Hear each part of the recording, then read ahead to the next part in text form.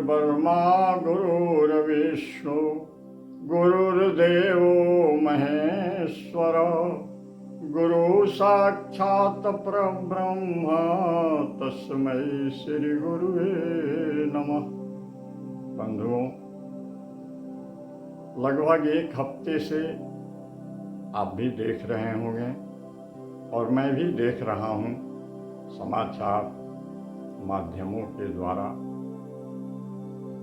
कि कैसे एक खोजी दल की पनडुब्बी विस्फोट कर गई और उसमें निकले 6 यात्री दुखद हादसे के शिकार हो गए।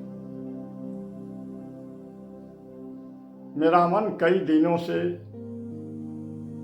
अपने सनातन धर्म के सिद्धांतों के अनुसार इसका तालमेल खोज रहा था कि आखिर ऐसा हो क्यों जाता है कि हम जो नहीं चाहते वह भी हमसे कौन करवा लेता है। ऐसा ही तो हुआ है ना।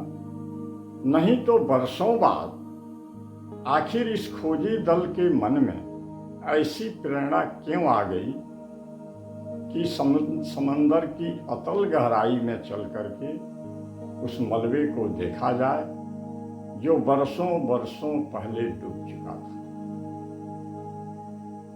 यह अकारण नहीं होता। देखने में अकारण लग सकता है, लेकिन इसमें बहुत बड़ा रहस्य है और इस रहस्य का पता आपके सनातन धर्म के एक सिद्धांत में बताया गया है। वैदिक काल की, पौराणिक काल की बातों को आप छोड़ दें। अभी लगभग 550-600 साल पहले संत शिरोमणि गोस्वामी तुलसीदास ने जिस महाकाव्य रामचरितमानस की रचना की है,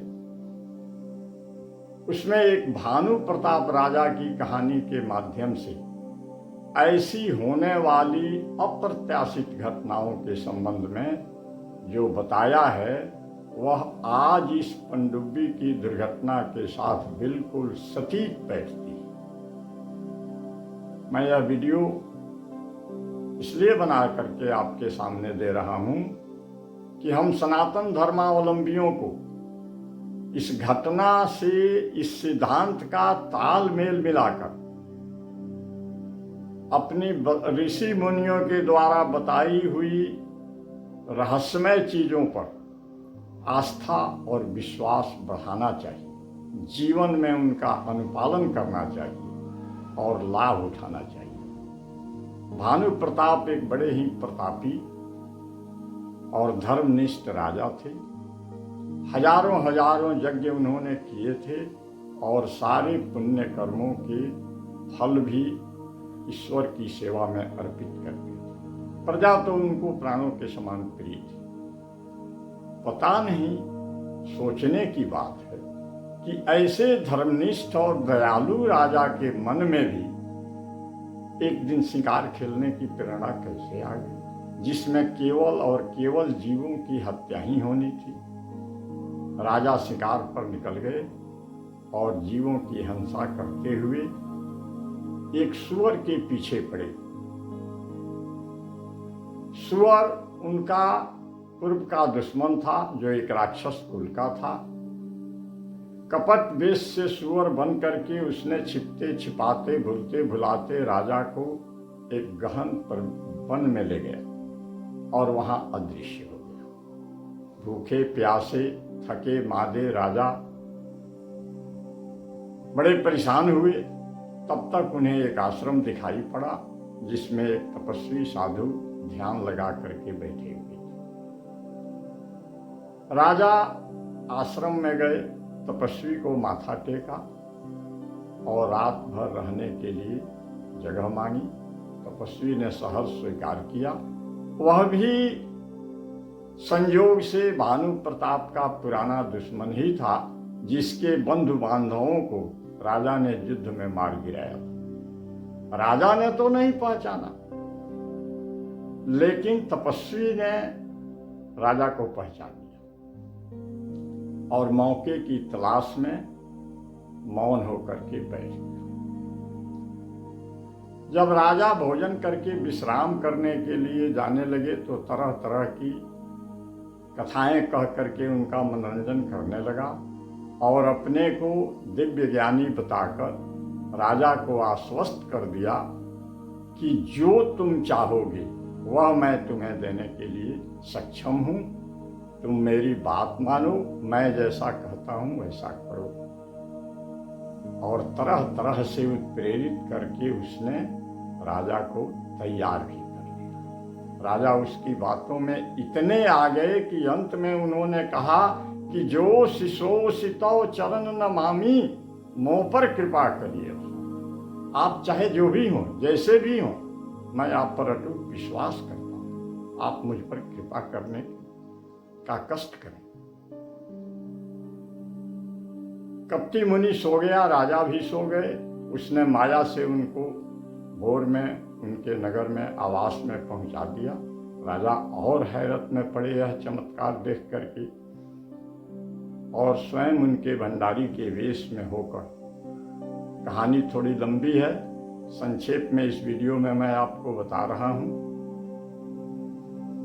उनके भंडारी का वेश बनाकर उसने ऐसे ऐसे जानवरों के और ब्राह्मणों के मांस व्यंजन में मिलाए और उन्हें अन्न का रूप दे दिया जिसको कोई पहचान नहीं सकता था। राजा ने लाखों ब्राह्मणों को निमंत्रित किया था भोजन के लिए। योजना यह थी कि जब भोजन परोस दिया जाएगा तो वह कपटी मुनि उन्हें मांस के रूप में परिवर्तित कर देगा।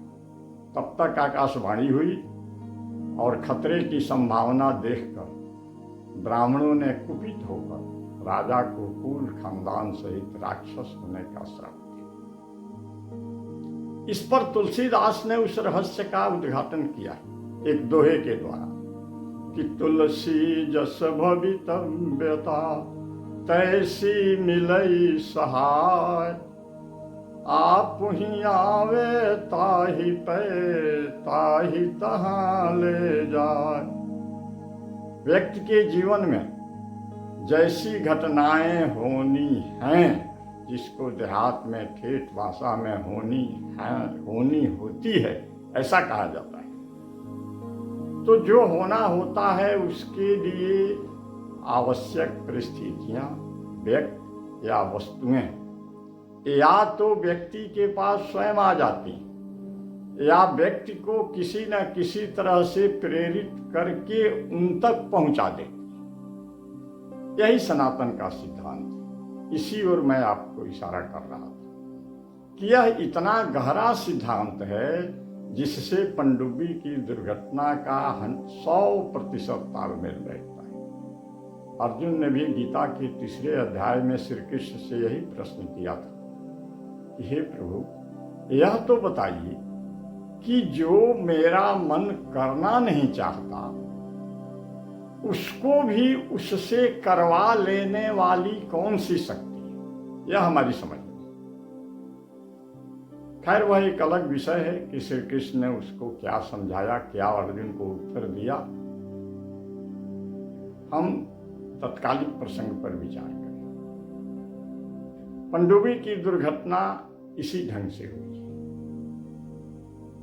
2-2 करोड़ रुपए प्रति व्यक्ति देकर उन लोगों ने समंदर के अतल गहराई में जाने का विचार बनाया। कौन था यह विचार देने वाला? कौन था इस प्रेरणा की जड़ में? और उसी में से कल मैं देख रहा था कि एक यात्री ने कहा कि अच्छा हुआ मैंने अंतिम क्षण में अपना निर्णय बदल दिया, मेरी जान बची। उसके मन में नहीं जाने की प्रेरणा देने वाला कौन? आज का विज्ञान भले ही इसको थोथी बात कह करके उड़ा दे, लेकिन सनातन धर्मावलंबी ऋषि मुनियों ने जिस सिद्धांत की खोज की, आप गहराई से विचार करें तो इस घटना के साथ देखें कितना सटीक तालमेल बैठता है। मैंने यह वीडियो इसलिए आपके चरणों में समर्पित किया कि हम अपनी आस्था बढ़ाएं, ऐसे सिद्धांतों के प्रति उन पर विश्वास रखें और अपने ऋषि मुनियों के बताए गए अनुभवों से अपने जीवन में लाभ उठाएं, अपने जीवन को उनके उपयोग से सुखद बनाएं और स्वयं को ऐसी घटनाओं से बचाने का कष्ट करें। धन्यवाद।